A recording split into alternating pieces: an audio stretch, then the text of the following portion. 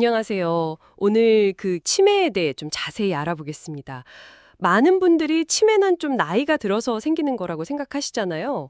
근데 놀랍게도 뇌 변화는 이미 30대, 40대부터 시작될 수 있다고 하더라고요.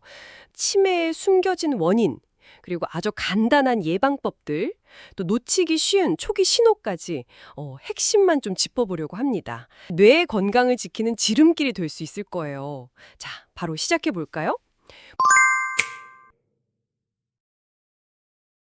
보통 치매 증상은 60대나 70대에 많이 나타나잖아요. 근데 그 시작은 훨씬 빠르다는 거죠. 뭐 기억력이야 나이 들면서 조금씩 떨어지는 건 자연스러운데요.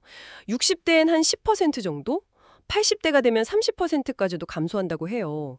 하지만 그냥 깜빡깜빡 하는 건망증하고 치매는 좀 다르죠. 치매는 자기가 뭘 잘못했는지 지적을 받아도 잘 인지를 못하는 경우가 많다고 해요. 예를 들어 친구랑 골프 치는데 남의 공을 자기 거라고 우긴다거나 이런 식으로요. 누가 아니라고 해도 잘 못 받아들이는 거죠. 근데 이런 변화가 대체 왜 생기는 걸까요?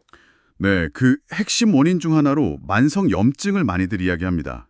몸 전체의 어떤 염증 상태가 뇌 건강이랑 바로 연결된다는 건데요. 근데 놀라운 건 그 염증의 시작이 우리 입안일 수도 있다는 거예요. 입안이요? 네, 그 잇몸 염증 일으키는 세균들 있잖아요. 이게 혈관을 타고 뇌까지 갈 수가 있어요. 그래서 문제를 일으킬 수 있다는 거죠. 아, 입안 세균이 뇌염증까지요? 와, 정말 생각지도 못한 연결인데요. 그렇죠. 그러니까 구강 건강이 뇌 건강의 첫걸음인 셈이에요. 그럼 요즘 심각한 미세먼지도 비슷한 경로로 영향을 줄 수 있겠네요. 아, 맞습니다. 미세먼지도 폐나 혈관을 통해서 뇌로 들어갈 수 있거든요. 그래서 만성염증을 유발할 수 있습니다. 또 다른 중요한 원인으로는 바로 수면 부족을 들 수 있어요.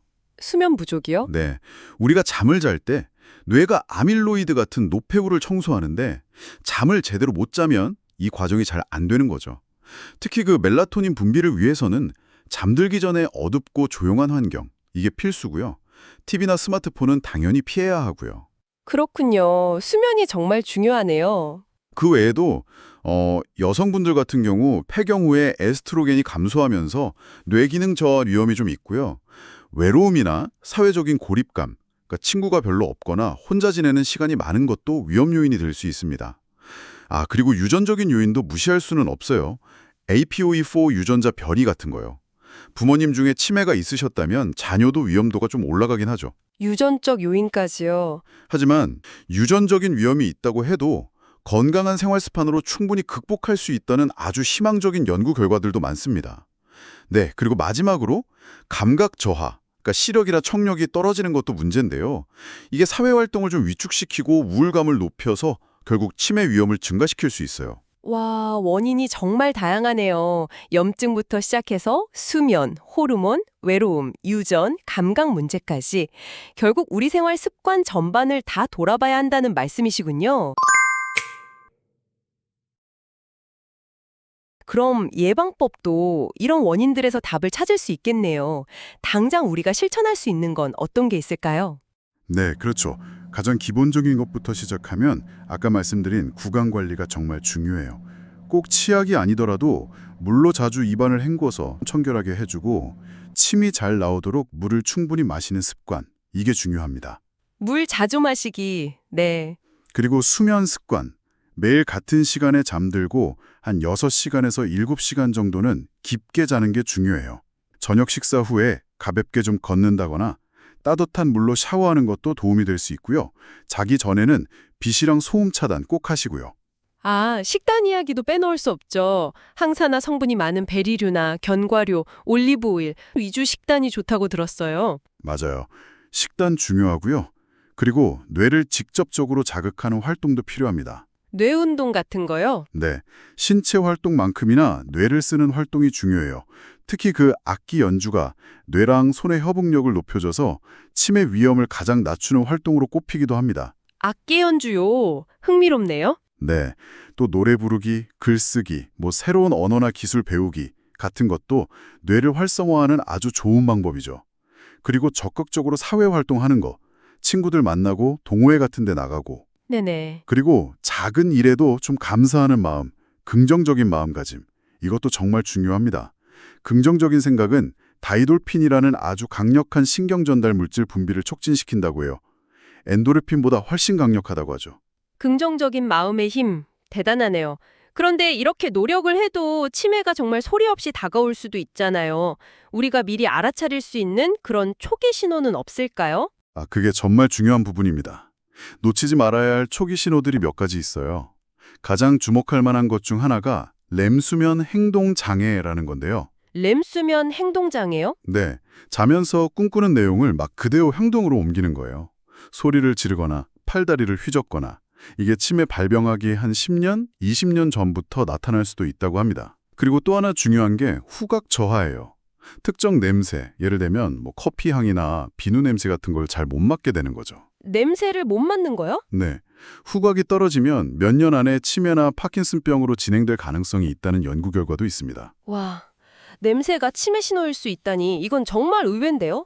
미각이나 청력 문제도 혹시 관련이 있을까요? 네, 관련이 있습니다. 맛, 특히 신맛이나 단맛 같은 걸 잘 구별하지 못하게 되거나 음식 간을 잘 못 맞추는 미각 변화도 주의해야 하고요. 또 소리는 들리는데 대화 내용, 특히 좀 복잡한 이야기를 잘 이해하기 힘들어지는 청력 문제도 신호일 수 있습니다.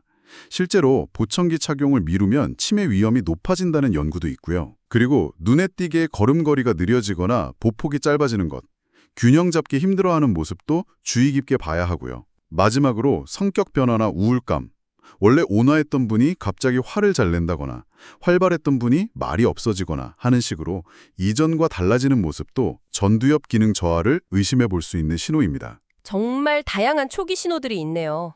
이런 걸 미리 알아차리는 게 정말 중요하겠습니다. 그럼 현재 치매 치료는 어디까지 와 있나요? 혹시 완치가 가능한가요?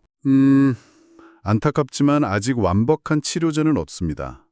최근에 나온 일부 신약들, 레카네맙 같은 약들이 초기 진행을 좀 늦추는 효과를 보이긴 하는데요. 근데 이게 비용도 상당히 비싸고 또 뇌출혈 같은 부작용 위험도 있어서요. 현 시점에서는 역시 예방이 최선이라고 할 수 있습니다. 그리고 정말 강조하고 싶은 건 마음가짐이에요. 긍정적인 태도, 희망을 잃지 않는 것, 그리고 가족들의 사랑과 지지. 이게 환자에게 정말 큰 힘이 되거든요. 오히려 주변에서 부정적인 말이나 행동을 하면 상태가 더 나빠질 수도 있습니다. 네. 마음의 힘 그리고 주변의 지지가 정말 중요하군요. 오늘 치매에 대해 이렇게 깊이 이야기 나눠보니까요. 이게 정말 오랜 시간에 걸쳐 진행되는 변화구나 싶고 또 우리가 일상에서 할 수 있는 예방법이 생각보다 정말 많다는 걸 새삼 깨닫게 됩니다. 특히 그 입안 건강이나 수면의 질, 또 감사하는 마음 같은 것들이 뇌 건강과 바로 연결된다는 점이 아주 인상적이었습니다. 맞습니다. 중요한 건 미리 알고 꾸준히 실천하는 거예요. 오늘 저희가 나눈 이야기들 중에서 지금 당장 생활에 적용해 볼 수 있는 작은 습관 하나를 찾아보시면 어떨까 싶습니다. 그 작은 시작 하나가 먼 미래의 뇌 건강에 커다란 차이를 만들 수 있을 겁니다.